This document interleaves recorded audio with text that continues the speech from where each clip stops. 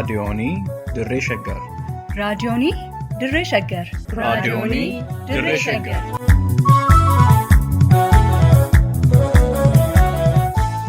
raadiyoonii Dirree Shaggar. raadiyooniin Dirree Shaggar torbaan guutuu guyyoodhaan galgalatti sa'aatii tokkorraa eegalee hamma sa'aatii tokkoof walakkaatti dambalii gabaabaa meetir baandii 19 kiiloo heerzii 15,415 irratti qophii dabarsuu amma jalqaba. raadiyoonii Dirree Shaggar.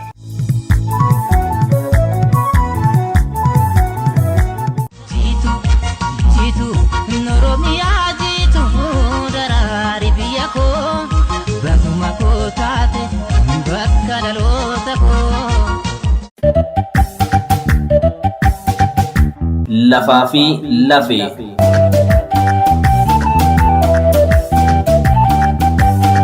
Lafti qabeenya aggattaa hin qabneedha. Gamoo ijaaruun, warshaa dhaabuun, qotanii oomishuun, tikfatanii horuun, jiraatanii gadaa arguun, du'anii awwaalamuun yoo lafa qabaatan qofa. Oromoon eega sirna alagaa jalatti kufee booda lafa isaa mulqame. Ammallee lafa isaa fudhachuuf alagaan itti roorrisaa jira.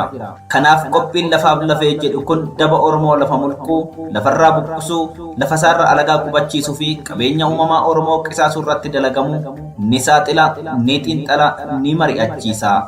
Lafti keenya lafee keenya. Dhaggeeffattootaa fi hordoftoota raadiyoonii Dirree Shaggar akkam jirtu?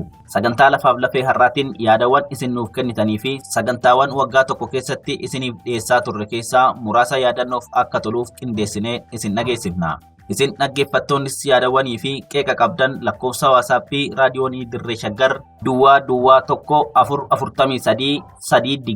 320 irratti yoo nuuf ergitan hirruu keenya guuttachuuf jabina keenyan itti fufnee hojjechuuf nu gargaara. Egaa haga xumura sagantichaatti akka nu waliin turtan abdanna. Baga dhaloota waggaa tokkoffaa raadiyoonii Dirree Shaggariin isin ga'ee nus ga'e.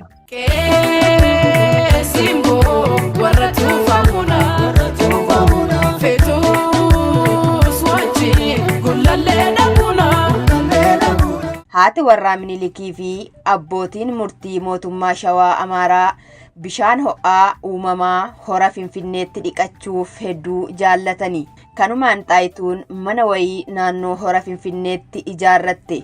Abbootiin lafaa yookaan baalabbaatonni, manguddoonnii fi hojjettoonni manzee Ankoobar irraa dhufanii qubatanii. Waajjirootaa fi manneen jireenyaallee ni ijaarratanii. Boodarra Minilik ammoo jalqaba haadha warraa isaa sana babal'isee guddisuun maasaraa ijaare. Akkanaan baroota 1889 hanga 1891 gidduutti Minilik mootii mootota impaayera Itoophiyaa ta'uu hordofee waa'ee Shaggar Minilikiin qabamuu ilaalchisee Oromoon akkanaan aarii fi quuqama, roorroo fi miidhama akkasumas balaaleffannaa qabu Inxooxxoo dhaabbatanii jedhee geeraruudhaan seenaa weeraramuu Shaggar himee dhalootarraa dhalootatti dabarsee jira. Geerarsichis akkas jedha. Inxooxxoo dhaabbatanii caffee gadi laaluu nafee, Finfinnee loon geessanii hora obaasuu nafee, tulluu daalatti irratti yaa'iin gullallee hafee, gafarsatti darbanii qoraan cabsachuu nafee, hurufa boombii irratti jabbilee yaasuu nafee, bara jarri dhufanii loon keenyallee ni dhumanii, erga mashashaan dhufee birmadummaanis hafee jechuun geerarsaan ibsachaa turanii. Bara mootii Hayilee Sillaasee Shaggar babal'achaa deemuun Oromoota buqqistee godaansisuu ittuma fufte. Fakkeenyaaf bakka amma Gootaraa jedhamuu fi warshaan simmintoo ture sun bosona dukkanaa leenci keessaa baroodu akka ture jaarsoleen dubbataa turanii. Baruma sirna bittaa mootii Hayilee Sillaasee kana naannoon Shaggar kuni Mannaagashaa Awraajjaa jedhama ture. Shaggar kantiibaan haa bultu malee itti waamamni ishee Awraajjaa Mannaagashaaf yoo ta'u, Awraajjichis bulchiinsa naannessaa magaalattii dabalatee akka qaama Finfinnee bulchuu kan olaanaa ta'eetti ilaalama ture. Tautorra dhaabbadhee badawaan ofii kana yoon Finfinnee gadi ilaalu gamoo tarreesse godonga buchi keessa dachii koo maalaan balleesse natti yoo waa dhageesse. Yaanni nuti raadiyoonii dirree shaggariif qabnu raadiyooniin dirree shaggar akkuma jalqabe kanatti akka itti fufu yaanna jechuu karaa fuulduraatti. Isin amma dalagaa jirtan sagantaa fi oduuleen teessanis hedduu takka gaariidha nutti tolee jira. Miidiyaan lafarratti xiyyeeffatu kan uummata baadiyyaa jiddu galeessa godhatee jiraachuun isaa hedduu takkanatti tola. Kanaafuu dubbii lafaa dubbii lafeeti akkuma jedhan raadiyooniin dirree shaggarii dubbii lafaa fi lafee irratti xiyyeeffatee uummata keenya keessattuu uummata iddugaleessaa. Uummanni iddugaleessaa waa'ee lafaa yeroo kaasnu guutuu Oromiyaarraa uummata iddugaleessaatu sadarkaa duratti kaafama jechuudha. Uummanni iddugaleessaa saamtota yookaan immoo murna shiftaatiin yookaan immoo mootummaa gabroonfataa garaagaraatiin waggaa hara waggaatti lafti isaa saamamaa turte. Qotee bulaan keenya lafarraa buqqa'ee karaa baadiyyaatti ari'amaa ture. Kan magaalaa keessa jiru akkuma barbaadanitti waanuma fedhan godhaniituma yoo fedhan ni ari'e yoo fedhan waan xiqqoo takka akkana itti harka itti achi jedhanii lafa uummataa saamaa turan jechuudha. Kanaafuu sagantaan isin qabdan keessaa sagantaan lafaa fi lafee irratti jiru kuni akka malee uummata biratti jaalatamummaa guddaa qabaachaa ta'ee jira. Barbaachisummaan isaatis akkasumatti dabalaa jira jechuudha. Kanaafuu miidiyaan uummata iddugaleessa godhate dubbii lafaa dubbii lafeeti akkuma jedhan namni lafa dhabe nama lafee isaa dhabe. Oromoon kanan gaarraa isa gabroomsaa jiru ni beekaa murna shiftaati. Murnoonni shiftaa immoo jalqaba si buqqisanii si godaansisanii si ari'anii lafa ta'eetirra. Kanaafuu miidiyaan raadiyooniin dirree shaggarii bakka amma jiru tanarra daran cimee jabaatee akka itti fufu nullee yaada qabnu isinii kannina. Raadiyoonii qofa osoo hin ta'in raadiyooniin dirree shaggar kuni erga hundeeffame amma waggaa tokkoffaa isaa har'a guutu jira jechuudha. Ammaan tana guute waggaa tokkoffaa isaa ayyaana isaati kun har'a baga isin hin gee jechuu barbaada. Itti aansuudhaan raadiyoon irraa karaa televizyiinitti guddachuu qabaa waan jiru tokko yaada. Raadiyooniin kuni yaada gaggaarii xiyyeeffannoo babbareedaa qabatee waan dhufeef karaa televizyiinitti akka guddattus isinitti himuu barbaanna. Inkorra irraa jallinaa moota. Finfinneen magaalaa guddoo naannolee biroo irraa wanti adda ishii godhu teessoo mootummaa federaalaa ta'uu qofa. Kanarraa kan hafe magaalaa guddoo Oromiyaati. Kun immoo aangoo Oromiyaan magaalaa guddoo ishiit irratti qabdu kan daangessu yookiin kan hambisu ta'uu hin danda'u. Gama biraatiin daangaa Finfinnee fi godina addaa naannessa Finfinnee aanota magaalota naannessa Finfinnee jiranii gidduu jiru laalamee bal'ina bara heerri Rippaabilika Federaalawaa Dimokiraatawaa Itoophiyaa yeroo ragga'uun dura qabatamaan turetti deebi'uu qaba. Asirratti Finfinneen teessoo federaalaa ta'uun qaama Oromiyaa ta'uu ishii waan hin hambisneef dhimmi daangaa murteessuu dhimma keessoo Oromiyaa akka ta'etti hubatamuu qaba. Bu'uuruma kanaan daangaan bulchiinsa magaalaa Finfinnee fi magaalota yookiin aanota naannessa Finfinnee jiranii kun to'annaa caffee Oromiyaa jalatti raawwatamuu qaba. Kanaan achi mootummaa federaalas ta'ee qaamni biraa kanarratti aangoo sirrii qabu hin jiru. Dubbaddu yaada lafaan durri koo irratti awwaalamee eebaleekaa maalaan rafee bulaa alagaan saamamee. Qabxii sadaffaan Finfinneen magaalaa Oromiyaa qofa miti. Qaama naannoo Oromiyaa fi handhuura. Finfinneen ofii isheetiif naannoo miti. Heera mootummaa Rippaabilika Federaalawaa Dimokiraatawaa Itoophiyaa keewwata tokko jalatti maqaan mootummaa federaalichaa Rippaabilika Dimokiraatawaa Federaalawaa Itoophiyaa ta'ee hundeessa. Keewwata lama jalatti ammoo lafti yookiin daangaan Itoophiyaa ida'ama miseensota federeeshinichaa akka ta'e tuma. Miseensonni federeeshinichaa ammoo 9 ta'uu keewwata 47 jalatti naannoleen eenyu akka ta'an tarreesseera. Naannoleen akka Sidaamaa bu'uura heerichaatiin sirnaan hundeeffaman akkuma jiranitti ta'ee waggaa seerichi tumamu naannoleen jiran 9 turan. Kana keessatti Finfinneen akka naannootti bu'uura heeraa hin qabdu. Kanaafuu Finfinneen qaama Itoophiyaa ta'uuf dura dirqama qaama Oromiyaa ta'uu qabdi jechuudha. Kanumaan wal qabatee Finfinneen afaan hojii Oromiyaa afaan Oromootiin hojjechuu sababni gidduuf tokkollee jiraachuu hin danda'u. Afaan biroo dabalattee ittiin hojjechuun akka mirga ofiin of bulchuutti yookiin akka mirga addaatti lakkaa'amuu fi kan danda'u ta'uurraan kan hafe qaamaa fi magaalaa guddoo Oromiyaa taatee afaan hojii naannichaa afaan Oromoo lagachuu hin dandeessu. Adeemsi amma magaalattiin afaan Amaaraa qofaan ittiin hojjechaa jirtu gonkumaa bu'uura heeraa fi seeraa biyyattii hin qabu. Heera Oromiyaatiin afaan hojii naannichaa afaan Oromoo ta'ee waan tumamee dhumeedha. Finfinneen Oromiyaadha kan jedhamuufis kanaafi. Kanumaan wal qabatee heerri biyyattii mootummaa gulantaa lama mootummaa federaalaa fi mootummaa naannoleetti qoodamee kan caaseffamedha. Naannoleen kun saglan keewwata 47 muraa tokko jalatti tarreeffamuun ibsaman maqaan isaanii mootummaa naannoo Tigraay, mootummaa naannoo Affaar, mootummaa naannoo Amaaraa, mootummaa naannoo Oromiyaa, mootummaa naannoo Sumaalee, mootummaa naannoo saboota sablammootaa fi uummattoota kibbaa, mootummaa naannoo Beelshaangul Gumuz, mootummaa naannoo Gambeellaa fi mootummaa naannoo Harariidha.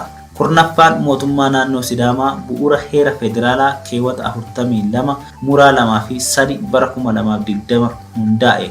Kanaan ala bahuudhaan faallaa heeraa fi seeratiin labsiidhaan yookiin hojimaataan yookiin qajeelfamaan naannoo hundeessuun fudhatama hin qabu. Finfinneenis naannoo miti. Mata berkajine kan wakne nu kenne ansarra pagachuun matane Finfinne.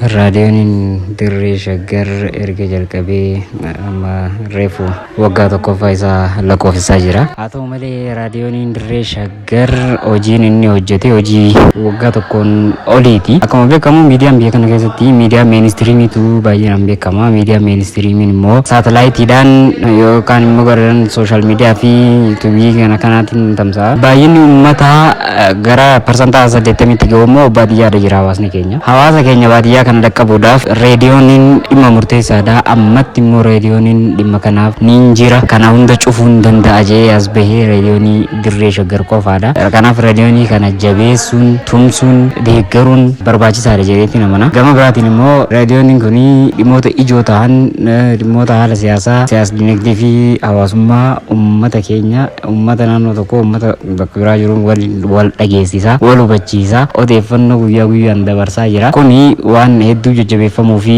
tumsamuu qabudha. Biyya kana keessatti miidiyaaleen ormiitiin uummata isaanii sochoosaa jiran baay'inaan yoo ilaalle miidiyaa meeniistiriimii caalaa reediyoodha. Maaliif baay'inni uummata keenya reediyoo aksasii reediyoo argachuudha yoo ta'e malee miidiyaa meeniistiriimii kana baay'inaan gahuu hin danda'u namoota magaalaa fi kanneen kana jiran yoo ta'e malee.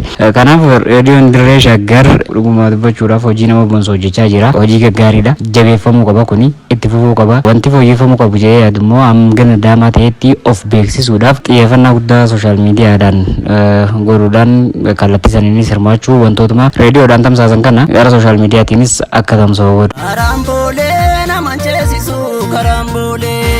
karambolee nama jeesisu karambolee. Falma saamicha lafaa walaloodhaan dhiyaate. Walaleessan Faayisaa Amaan jedhamu walaloo gurraandhala bara 2018 barreesse keessatti waa'ee qe'ee Oromoo Finfinnee akka kanaa gadiitti ibsee ture. Manca'iinsa gurguddaa Oromoo Finfinnee irra ga'e saaxile. Mata duree walaloo isaatis qe'ee Finfinnee jedha. Qe'ee tufaa munaa qe'ee qajeelaa dooyyoo alagaatu saamee ture ani bade wayyoo. Qe'ee abeebee tufaa qe'ee guddataa araddoo lafa garbuuf qamadii lafa garmaama faradoo. Qe'ee soraa loomee qe'ee jamoo dabalee keenya irraa buqqa'ee ormi biraatti galee. Qe'ee galatee asheetee qe'ee axalee jaatanii humna irraa kaasanii fooqii irra dhaabanii. Qe'ee shubbuu ejersaa qe'ee alagaa marsitee maqaa biraa moggaastee maqaa ishee dhoksitee. Asii achi hin gurguramtu hin bitamtu sitti roorristu galtuun seenaa kee awwaaltee sirratti dhiichistu yartuun dhiigatuu sirratti dhangala'e lafee hedduutuu sirratti cabe haadhatuu mana tokko ilmaasha sirratti dhabe dubbiin kee qoosa miti dhiiga sirratti jiksine lubbuu sitti wareegnee dhiiga keenya si tiksine. Ammas Finfinneen lafaaf lafee teenya handhuura dachee Oromiyaa lootee galtuun hin seentu kumaatamaan qabna waardiyaa. Duudhaa guutuu finna finne milkiin qajeeluu akka hin dinne kiila guunnee buna qallee akka maltuun nutti hin malle.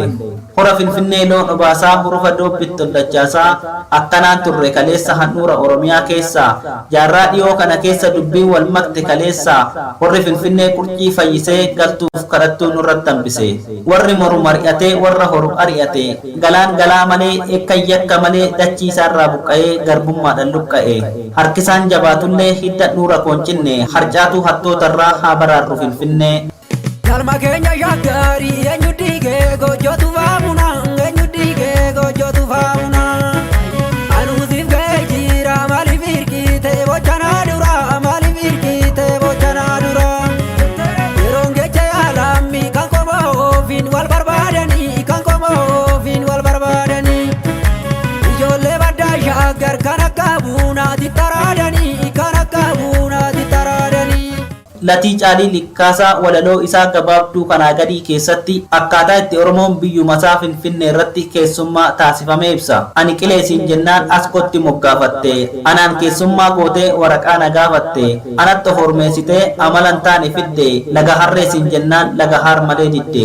Isa dur qe'ee keetii urgaa uffooliin bunaa Finfinnee qe'ee abeebee araddaa tufaa munaa. Axaleen naaf abbaadha qajeelan naafeessuma birbirsi naafan dhuura gullalleen naaf teessuma. Maqaa kees jijjiirrattee dachee kees mummuranii sirratti waldhalchanii burraayyuu nu galchanii siiniyyuu gurguranii. Qa'ee abeebee dura karaa deemtuun deemaa dudubbatti karaa deemtuun deemaa dudubbatti afaashiitis nuun galu itti dubbannaa nyaara bubbutti itti dubbannaa nyaara bubbutti. Walaloo armaan gadii kana keessatti ammoo barreessichi ni gaafata.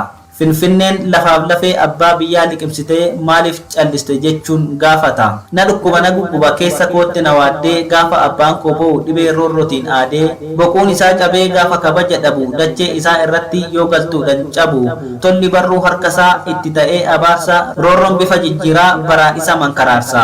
Dubbadhu yaa fira callisuu sin baasu amantee maaf rafta isa sobee basaasu. Osoo beektuu hin ta'in doofa fi wallaala diinni boolla qotee jiraas awwaala. Ulee diinatiin cabnee qilee hamtuutti buune duuti lama hin jirtu nuti jiraatti duune. Kaleessa Oromoon dureessa fabbaa lafaa har'a dachee isaarratti waardiyaa ta'uun fafaa. Lafa abeebee tufaa qe'ee qajeelaa dooyoo araddaa tufaa munaa diinatu nyaate wayyoo. Tuulamtichi abbaan qe'ee biyyaaf lafa isaarratti gadi jedhee boquun cabee mirga jiraachuu dhabee Finfinnee dubbadhumee dhugaa saba qulqulluu maaf callifta maaf dhoksite rakkootti ollee bullu. Malkaa warraa hangafa hoora shaggar maqaa jijjiiranii hoora shaggar maqaa jijjiiranii hirrafnee yaa Finfinnee erguma waa'ee keenatti manii erguma waa'ee keenatti manii. Walaleessaan yeroo san kabbadaa ammoo jaalalleessaa Finfinnee irraa magarte akkas jedhee faarfata. Ejersa qe'ee abeebee corqaa koo yaa lalisaa bornaaf taata dagalee kunuunsessi guddisaa. Alaltuu gaara sanaa rigaaf mura beekanii yaanni keenya hubeera sumaaf boo'a garaanii. Eessa jirtaa shaggar moo qe'ee abeebee tufaa lookeeshina naaf ergi anoo sharareen dhufaa. Qalbiin koo siif rarraate onneen koos suma feeti dhukkuba yaala dhabe dhibee jaalala keetii. Manni yaalas naan argu dhukkuba onnee koorraa atumti kan koo ta'e na oolfadhu du'arraa. Haalaf amala keetiif hundumtuu barsi hawaa jechoonni sirraa dhufu akka dammaa mi'aawaa. Yeroo hundaa waa'ee kee lallabaam arrabni koo siifan ta'anaaf ta'i jaalallee gaafa rakkoo. Maqaa kee nan dhaadadhaaf faarsitanan seenaa kee loo'een dhufa Finfinnee naaf saaqikaa ulaa kee jechuun barreechee kaa'e yeroo isaan kabbadaa. Ulallee araddaa koo nafseenaa dhaloota qubee anisiif gurra laannaan jilba baannaan goomattuu garaa ishee gubee. Sagantaalee birootis dabalamee sa'aatiin isaa osoo dabalamee daran uummata keenya hubachiisuudhaaf haala siyaasaa biyya kanaa irratti odeeffannoo garaagaraa gahuudhaa fi dabarsuudhaa fi hubannoolee kennuudhaaf gaariidha jeetiin amana. Lafaa fi lafee jedhamu ilaalchisee yaadni ani qabu. Sagantaan kun akkuma maqaa isaa dhimma lafaa fi lafee uummata keenya ifa godhaa baasee barsiisaa seenaa dhokatee seeraanis wal qabsiisee haalota yerootiinis dabalatee barnoota guddaa uummata keenyaaf kennaa jira. Sagantaan kun daran jabaachuu fi bal'achuu qaba jeetiin amana. Haalli itti marrafamaa fi ittiin qindaa'ee dabaraa jiru hedduu namatti tola. Sagantaalee babbareedoo miidhagsan keessaa isa tokkoo fi hanga fe'eetiin amanaas. Kun itti fufuu qaba jabaachuu qabas jeetiin amana. Jabaadha haalli qabsoo fi haalli yeroo biyya kanaa siyaasa biyya kanaa keessumaa amma jijjiiramaa jira. Wanti qabatamu rakkisaa jira siyaasa biyya kanaa keessatti haalonni yeroo yeroodhaan jijjiiramee nama rakkisaa jira. Kana immoo haala kana waliin saffisaan deemuun barbaachisaa waan ta'eef saffisa barbaachisuun deemuudhaaf tarkaanfachuudhaaf tattaaffiin hundi godhamuu qaba. Duubatti hin jedhina uummanni keessan isin duuba jira. Baadiyyaa bakka hundaa irraa uummanni Oromoodhaa ammatti miidiyaan isaan beekanii fi dhaggeeffatan yoo jiraate reediyoo dirree shaggar qofa jabaadhaa bal'achuu qaba daran jabaachuu qaba cimuu qaba isin duuba jira uummanni keessan.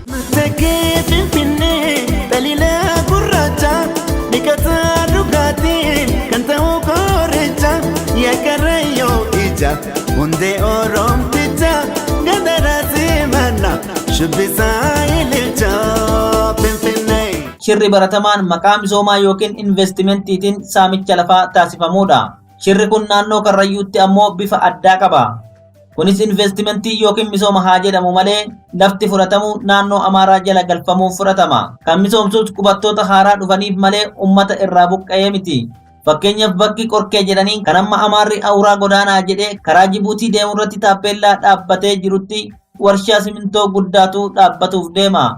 Lafti sun dhagaa ofii kan simintoo oomishuuf ooluun badhaafamaa yoo ta'u, sanirraa kan ka'e Amaarri gargaarsa humna addaa Amaaraatiin bakka sana bafarzoon maqaa jedhuun mootummaa federaalarraa hayyama fudhachuudhaan achirraa kaasee bal'ina raadiyeesii kiiloomeetira 20 ta'uun kallattii hedduun lafa karrayyuu kan daangaa aanaa Boosatii fi aanaa Fantaallee ta'uu dhuunfatee addaan kutee jira.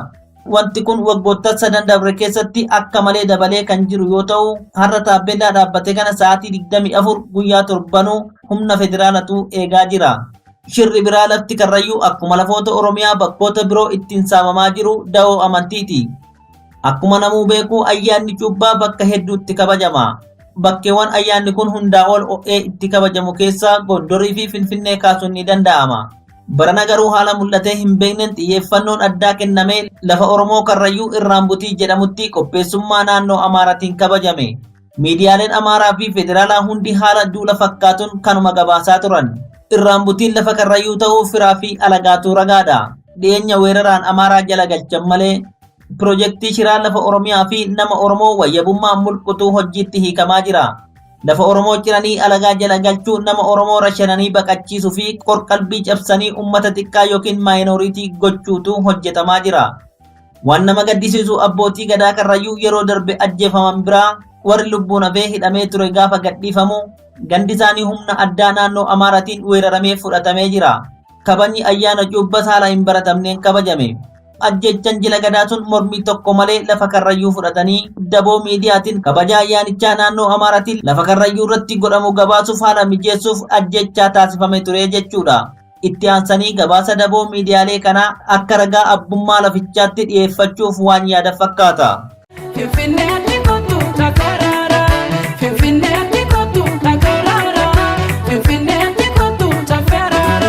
Kutaaleen Impaayera Itoophiyaa kaabaa kan Kiristiyaan Haayilaand Kingdom yookaan mootummaa gonfoo kiristaanaa warra lafa baddaa keessatti bara 1967 dura lafti akka qabeenya dhuunfaa maatii tokkotti qabatama ture. Kunis ristii jedhamee ibsama. Lafti ristii yookaan dhaalama dhaloota dhiigaatiin qofa walitti dabarsan tahee maatii tokko keessaa bahee qaama biraa kamiinuu hin qabatamu ture. Namoonni miseensa maatiitiin alatti dabarsee kennuu, qabsiisuu, gurguruu hin danda'u. Kaabatti akkaataa lafti itti qabatamu kan biraas galt kan jedhamuu fi hanga bara 1967 boodas kan itti fufee mala aangoonni ittiin humnaa fi lafa akka mindaatti dhimma itti bahaa turani. Kan biraa kaabatti qabannaa lafaa samoon mangistii fi maadariyaa jedhamantu jiru. Samoon jechuun lafa mootummaan bataskaana ortodoksii Itoophiyaaf kenne ta'ee lafa Itoophiyaa keessaa parsantii 10 hanga 20 kan ta'udha.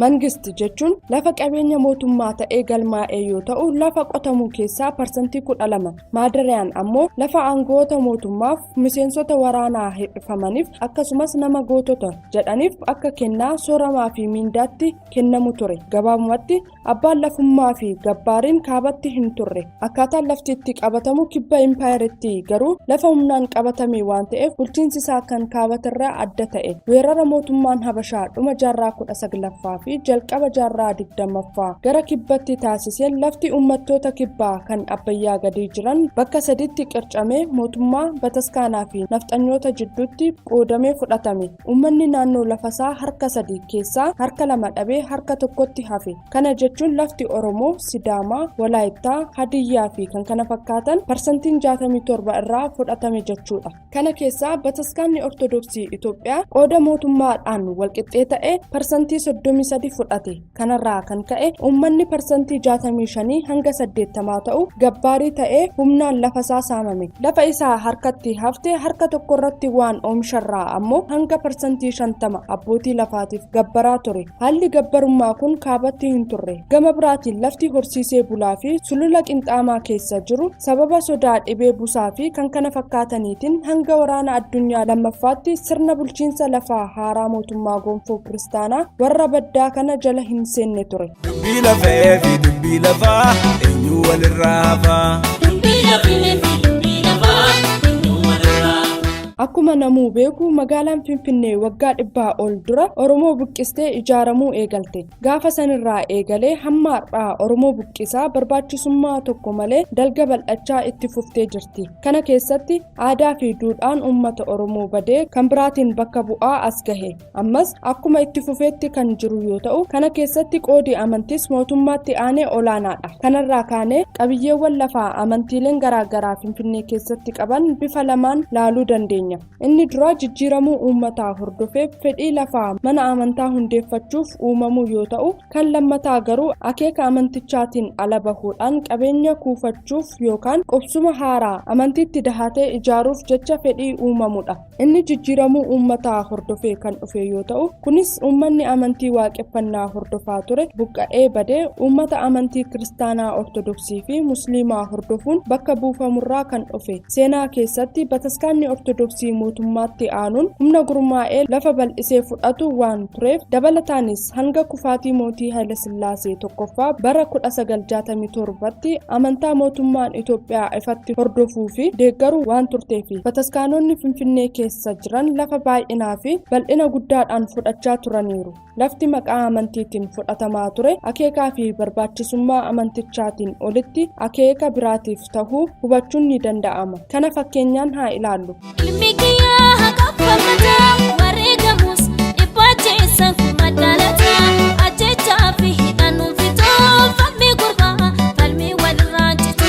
Ragaaleen adda addaa akka agarsiisanitti Finfinneetti bal'ina lafa irraa qubateetiin bataskaanni ortodoksii Qiddista Haannaa jedhamtu sadarkaa tokkoffaarra jirti. Lafa heektaara 11 irra qubattee masjiidni guddaadha jedhamuu fi masjiida guddicha Anwar jedhamee beekamu garuu lafa heektaara 2.1 qofarra qubatee argama. Masjiidonni Finfinnee keessa jiran hundumtuu qabiyyee heektaara 1 gadi taheerra qubatanii jiru. Haaluma wal fakkaatuun manneen amantaa akka Makaana Yesuus, Mulu Wangeel, Masarata Kiristoos, Kaatolikii, Joovaa fi kan kana fakkaatan Finfinnee keessa jiraatanis lafa heektaaraan lakkaa'amurraa kan qubate tokkollee hin jiran. Amantiin waaqeffannaa lafa heektaaraan lakkaa'amurraa qubachuun isaa haa hafuuti. Bakkuma itti waaqeffannaa gaggeeffatus ta'ee bakka awwaalchaa tokkoyyuu Finfinnee keessatti hin qabu. Kanammoo akkanumaan dhabee otoo hin taane yeroo adda addaatti sirnumaa fi seera jiruun gaafatee lafa waaqeffannaas bakka awwaalchaas akka dhabe mirkaneeffannee jirra. Waaqeffattoonni hedduun Oromoo yoo ta'an jiraattis du'aatti lafa dhabanii biyya ofirratti warra salphifame ta'uun kanarraa sirriitti hubatama.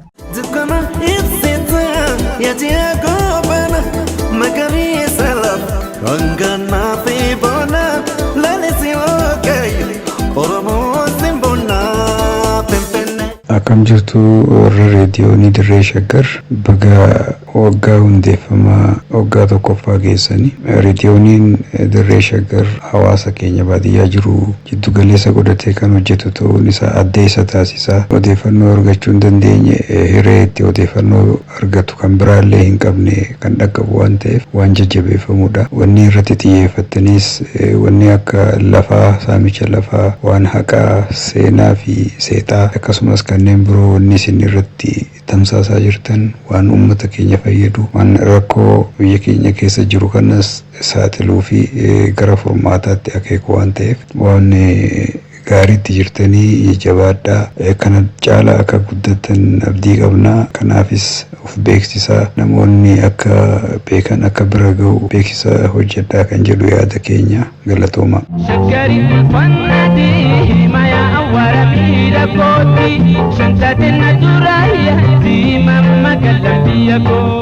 Zoonii diinagdee gadaa jedhamu kan mootummaa Oromiyaatiin ijaaramuuf eegalame kun zoonii industirii akka armaan duraa magaalota tokko tokko keessatti fakkeenya Adaamaa fa'aatti ijaaramanii otoo hin taane magaalaa Haaraya Mojoo fi Adaamaa gidduutti ijaaramu akka ta'e hubachuun barbaachisaadha. Piroojeektii guddaan zoonii diinagdee addaa gadaa jedhamee labsiin ba'eef kun lafa hektaara 23,656 uwwisa. Kunis lafa walakkaa bal'ina magaalaa Finfinnee ga'u akka jechuuti. Bal'inni Finfinnee dur hektaara 21,000 kan ture yoo ta'u amma garuu babal'ina seeraan alaa yeroo adda addaatti taasifameen hektaara 54,000tti ol guddatee jira. Gara hektaara 30,000 Oromiyaa irraa fudhatame deebisuuf Oromoon kalfalmii godhaa jiru. Kana biras darbee godina addaa naannawa Finfinnee jedhamee uumameen lafti Oromoo irraa fudhatamee jira. Lafti amma zooniin diinagdee addaa gadaa irratti ijaaramuuf jiru kun gabaabumatti Finfinnee ishii durii kan bara heerri 1995 yeroo ragga'u turte san kan caalu jechuudha. Karaa biraatiin Mojoo fi Adaamaa gidduutti magaalaa guddaa hamma Finfinnee ga'utu hundeeffamuuf deemaa jira jechuudha.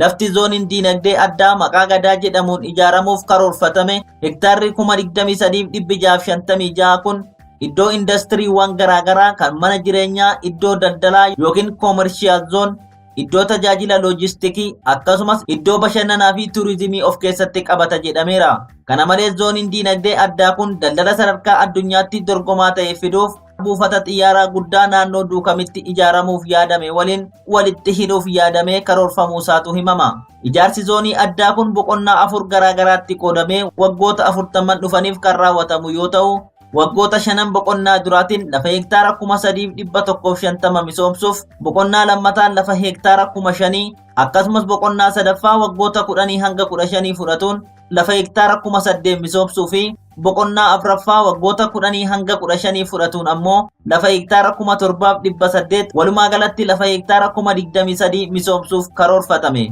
Dhuguma kun Oromoof misoomaaree, dhuguma lafa Oromoo kanarratti Oromootu abbaa industirii ta'uuf deemaaree, dhuguma hojiitu Oromoof uumamaaree kun tasuman ta'u. Ijaaramuun magaalaa alagaan karoorfamuu Oromoof badii malee bu'aa fidee akka hin beekne ija keenyan agarreerraa jireenya keenyan safarree jirra. Mootummaan Bilxiginnaa akka ibsutti lakkoofsi namoota yeroo ammaatti iddoo piroojeektiin zoonii diinagdee addaa gadaa irratti ijaaramuuf karoorfamerra jiranii 33,000 hanga 35,000 ta'a. Kun baay'ina maatiiti moo baay'ina nama maraati kan jedhu garuu ifatti hin beekamu. Yaadni zoonii diinagdee addaa kun biyya keessa qofa otoo hin taane akka addunyaatti dorgomaa ta'uuf akka ta'e simama. Kana jechuun nama maallaqa qabu hundaafuu zoonichi banaa ta'aa jechuudha. Qotee bulaa Oromoo achirraa buqqa'utu maallaqa qabaaree. Piroojeektiin waggoota 40 keessatti xumuramuuf yaadame kun gaaffiiwwan adda addaa akka kaasnu nu godha. Gaaffii buqqa'insa qonnaan bulaa, dimoogiraafii yookiin qubsuma uummataa jijjiiruu akkasumas bakki filatame kun bakka daangaan Oromiyaa walitti dhiphatuu fi qallattu ta'ee kan daangaa alagaatti garmalee walitti dhiyaatu ta'uunsaa ifumatti Oromiyaa bakka lamatti addaan kutuu akka ta'e ifatti mul'isa. Kanaafuu amma gaaffiin gaafatamuu qabu dura dursoo piroojeektii kanarratti uummanni mariisifamee jira. Piroojeektichi ni barbaachisaayyuu. Wantoota olitti tarreeffaman kana milkeessuuf dirqama zoonii diinagdee addaa hundeessuun barbaachisaadha. Zooniin diinagdee addaa uumamu yoo barbaachise maaliif lafa tuulamaa isa saamamee dhume kanarratti ta'a? Oromiyaa gara kibbaa gara dhiyaatti lafti indastiriif ta'u ni dhabame. Dubbiin ifaadha. Magaalaa Finfinnee akka magaalaa Adaamaatiin walitti ejjettuuf ammayyuu homtuu nafne waan ta'eef piroojeektiin Bilxiginnaan baase kun isuma kana irra caalaa cimsuuf karoorfame. Jireenyi uummata Oromoo fi Oromiyaa maal irratti akka hundaa'e beekamaadha. Kanaaf ammoo piroojeektii akkamiitu barbaachisa gaaffii jedhu piroojeektiin kun hin deebisu. Qabxiin guddaan ilaalamuu qabu Oromiyaa keessaa bakki piroojeektii kanaaf filatame akeeka siyaasaa dhokataa waliin hidhata qabaachuudha. Piroojeektiin kun lafa hektaara 23,000 irraa qonnaan bulaa buqqisuu qofa otoo hin taane bakka kaartaan Oromiyaa garmalee itti qallattu kan naannicha bakka lamatti addaan muruu danda'u Mojoo fi Adaamaa jidduu filachuun isaa Oromiyaa qoqqooduu haala aanjessuudha. Bakka kanatti bal'inni daangaa Oromiyaa daangarraa hanga daangatti kiiloomeetira 200 hanga 300 hin caalu. Gama kaaniin fiixeen Finfinnee Mojoorraa kiiloomeetira 60 gadi yoo ta'u, Adaamaa Mojoorraa kiiloomeetira 22 gadi. Finfinnee haga Mojoo Adaamaa qubsuma magaalaa godhanii wal qunnamsiisuun kanarratti ammoo zoonii indastirii addaa gadaa yookiin magaalaa haaraa hektaara 23,000 gubbaa qubatu yoo itti dabalamu maaltu akka ta'u tilmaamuun salphaadha. Qaamni mootummaa Oromiyaa ofiin jedhu kun piroojeektii kanaaf maaliif bakkicha filatere? Kun gaaffii bilbiltuudha. Akeeka maastar pilaanii Finfinnee bal'isanii Oromiyaa bakka lamatti qooduu fashalee ture bifa haarawaa fi saffisaa ta'een raawwachiisuuf kan danda'u akka ta'e hubachuun rakkisaa miti. Zoonii indastirii kana ijaaruu jechuun magaalaa haaraa ijaaruu jechuudha. Gabaabumatti haala qabatamaa amma Itoophiyaa keessa jiruun magaalummaa babal'isuu fi indastirii guddisuu jechuun karaa biraatiin uummattoota biyyattii eenyummaa fi afaan ofii qaban dagachiisanii amaaressuu jechuudha. Yoo amaaressuun hanqate uummata afaan amaaraa qofa dubbatutti suuta suutan ceesisuu jechuudha.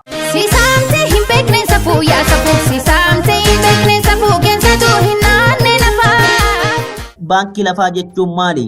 Baankiin lafaa kunoo kan eenyuti? Eenyuun hoogganama? Seera isa kamiin bula? Faayidaa uummataa isa kam tiksuuf hundaa'e? Kun deebii ifaa fi calaqqisaa ta'e barbaada. Oppiidiyoon kaleessaa fi bilxiginnaan har'aa kanaaf deebii laachuu baattus dhugaan jiru kan mul'isu baankiin lafaa jedhamu kun kan dura qondaaltota Abuut yookiin TPLF'n ajajamuu fi to'atamu amma immoo bilxiginnaa jalatti warra sirna qeenxee durii leellisan jala kan galee bu'uura seeraa tokkollee kan hin qabne mala yookiin tooftaa ittiin yeroof muddama jala ittiin darbani. Lafti baankii kana galees kan bayii ta'ee kennamu waayilootuma isaanii biyya alaa fi biyya keessattii fi eeyyee lafti magaalaas ta'e inni qonnaa baadiyyaa jiru saamtota waayila Abuut turan juuniyer paartiners reefu olbaan kan kanaan dura sirritti saamanii hin quufinii fi akka haaratti mijeeffamaa jira. Hojiin baankii lafaatis kanuma. Egaa dubbii ijoon ishii tana. Warri Lammaa Magarsaa akka waan gaarii hojjechaa jiruu fi sabboonummaa irraa ka'ee lafa deebisaa jiruutti warri hubattan deebitanii dubbicha xiinxaluu qabdu.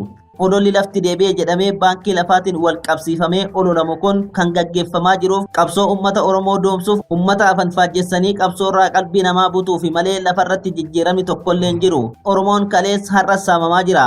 Asiin olola tokko gama biraatiin ammoo yakka biraatu saba keenya irratti dalagamaa jira. Oppiidiyoo fi waayiloonni ishii warri haaras kanuma raawwachaa jiru. Kan maqaa isaatiin daldalamaa jiru uummanni Oromoos ta'ee qonnaan bulaan Oromoo lafti irraa saamame taakkuun takkan deebineefi. Dhugaa koo jedhee boo'aa ture boo'as jira. Sanirra darbee qe'een manni jalaa gubatee biyya ofii irratti baqataa ta'ee lafasaas alagaa hidhatee itti dhufeef gadhiisuuf dirqamaa jira. Dhuguma yoo lafti qonnaan bulaa Oromoo irraa cubbuudhaan saamame kun deebi'eera ta'e maaliif baankii seena? Maaliif abbaa qabeenyichaa qonnaan bulaa Oromootiif hin deebine? Gaafii kanaaf oppiidiyoon yookiin bilxiginnaan deebiin qabdu. Maaliif jennaan waan gooftoliin dalagi jedhaniin dalagdi malee ofii ishiitii uummata Oromootiif yaaddee karooraa fi akeeka ofiitiin waan hojjettu hin qabdu.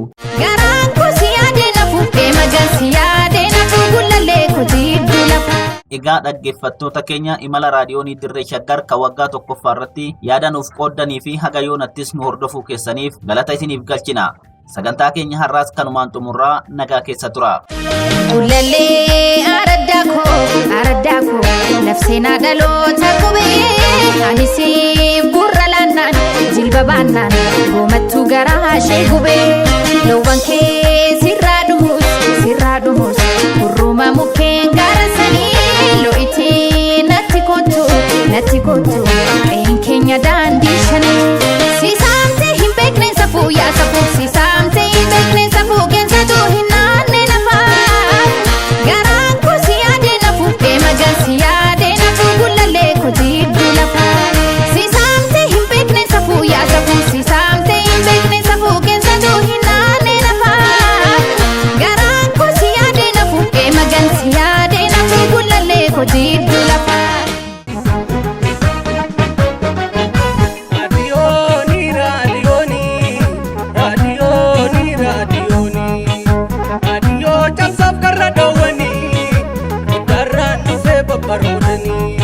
Dhaggeeffattootaa fi hordoftoota keenya akkasumas maatiin raadiyoonii Dirree Shaggar hunduu baga ayyaana hundeeffama raadiyoonii Dirree Shaggar kan waggaa tokkoffaatiin isin ga'e nus ga'e. Raadiyooniin Dirree Shaggar imala isaa waggaa tokkootiin haalawwan qabatamoo impaayera Itoophiyaa keessatti raawwatamaa turan addatti immoo jiruu fi jireenya uummata Oromoo irratti xiyyeeffachuun dhimmoota Oromiyaa keessatti raawwataman irratti odeeffannoo si'aawoo qabatamoo fi belbeltuu ta'an dhiyeessuudhaan sagalee uummataa ta'aa kunoo har'a ga'eera. Kana malees dhimmoota jajjaboo uummata Oromoo fi Oromiyaa ilaallatan giddugaleessa godhachuudhaan sagantaalee adda addaa kanneen akka nadhii aadaa, seenaaf seexaa, hubannoo beektotaa, haqaa fanqii, cimmisa miidiyaa, lafaaf lafee fi kan yaada keessan keessummeessaa ture sagantaa isin maal jettuu torbanitti al tokko qopheessuun isiniif dhiyeessaa yoona ga'eera. Raadiyooniin Dirree Shaggar sagalee uummata Oromoo ta'uudhaan imala isaa waggaa tokko yoo ayyaaneffatu gammachuu olaanatu itti dhaga'ama. Gara fuulduraattis aantummaa ummatichaaf qabu jabaatee itti fufuun sagalee uummata Oromoo haqa irratti hundaa'ee akka ta'u asumaan waadaa gala. Haala sadarkaa addunyaa madaaluun dandeettisaa gabbisuun fedhii ummatichaa giddu galeessa godhachuudhaan qabsoo bilisummaa ummatichi taasisu keessatti gahee isaa ba'uuf kan duubatti hin deebine ta'uu ni mirkaneessa. Raadiyooniin Dirree Shaggar tamsaasa isaa raadiyoonii dambalii gabaabaa meetir baandii 19 kiilooheerzii 15,415 irratti galgaluu akka lakkoofsa Itoophiyaatti sa'aatii tokkorraa eegalee haga sa'aatii tokkoo fi walakkaatti qaamolee hawaasaa Oromoo fageenya Oromiyaa irratti argamaniif dabarsuu maddiitti dhaggeeffattootaa fi daawwattoota miidiyaalee hawaasaa kanneen akka yuutuubii, feesbuuk akkasumas ispootifaayi fi teelegiraamidhaan fayyadamaniif suur-sagaleedhaan dabaaluun tamsaasuu irratti argama. Egaa yaadni isin nuuf kennitan qeenyi dadhabinaas ta'ee kan jabinaa hojii keenya fuulduraatti kan nu cimsu akka ta'e abdachaa kan hanqate akka itti guunnuuf kan jabaaten immoo daran akka itti cimnuuf yaada qeeqaa fi hubannoo waliigalaa raadiyoonii Dirree Shaggar irratti dhiyeessuu feetan lakkoofsa waasappii raadiyoonii Dirree Shaggar duwwaa 1-433-320-26-29 fayyadamuudhaan sagaleedhaan waraabuun yookaan barreeffamaan dhaamsa akka nuuf keessaniif isin jajjabeessuun gumaacha hirmaannaa keessanii fi turtii waliigalaa waliin qabaachaa turtaniif galata isiniif galchina. Hin dagatinaa yaadas ta'ee qeeqa qabdan lakkoofsa waasappii raadiyoonii Dirree Shaggar duwwaa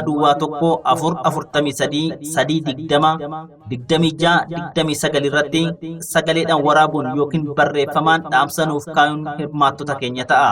Nutis sagalee waraabdanii nuuf ergitanis ta'ee kan barreeffamaan nuuf dhiyeessitan qophii addaa hundeeffama waggaa tokkoffaa raadiyoonii Dirree Shaggarii sababeeffachuun qopheessinu irratti qindeeffannee isin dhageessifna. Raadiyoonii Dirree Shaggar. Raadiyoonii cabsine afaan Odaa televezyiinii rabarooda barraakoon sarara qophaasii dhiira namoota waaqoon abbaa dimokiraasii afaan Oromoo barraakoon sarara qophaasii dhiira namoota waaqoon abbaa dimokiraasii.